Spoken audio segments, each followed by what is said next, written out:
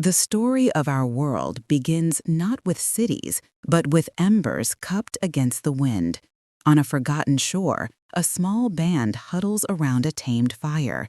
An elder names the stars, a child repeats, and the first stories are woven into the night. At dawn, they walk on, carrying two precious things, the embers to start the next fire, and the stories that define who they are. For millennia we walked. Then came the Great Leap, staying put. On the floodplains of Mesopotamia, along the Nile, and by the Yellow River, humanity learned to plant seeds and wait. This patience changed everything. Harvests brought surplus, and surplus drew people together into the first cities. With cities came walls, markets, and granaries, but also new challenges. How do you organize thousands of strangers? With storage came bookkeeping, with order came rulers, and with memory came writing, turning commands and laws into permanent records. But what truly holds a city together is not just walls, but ideas. In the East, Buddhism and Confucianism provided a moral compass. In South Asia and the West, Hinduism and Judaism framed the sacred duties of a community. And in Greece, a new kind of questioning emerged, philosophy, testing tradition with logic and reason. These powerful ideas became the mortar binding societies, allowing vast empires to rise and unite diverse peoples under a shared vision. Soon, these empires were connected. Across treacherous mountains and vast deserts, the Silk Roads carried not just silk, but stories, religions, and technologies.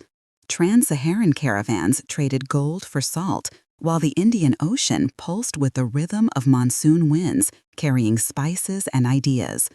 These were the first global networks, built on human trust and seasonal winds, and they echo today in the complex web of our global economy, in the very fabric of our interconnected world.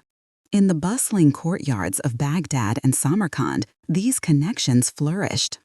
The rise of Islam created a vast common market for both goods and ideas.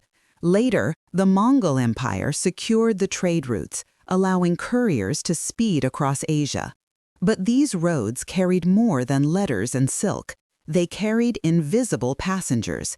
As trade swelled, so did the plague, a stark reminder that connection always carries risk. From the ashes of plague, Europe was reborn. In dusty workshops, a new age was being forged in metal and ink. The printing press gave ideas unstoppable momentum. The curiosity of the Renaissance collided with the challenge of the Reformation in 1517. As thinkers mapped the heavens and the human body, a new scientific method began to reshape the very definition of truth. Suddenly, the questions once whispered around a campfire were being printed in pamphlets, debated in public, and shaking the foundations of power.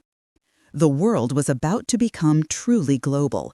Ships crossed the Atlantic and Pacific, creating new connections and new horrors.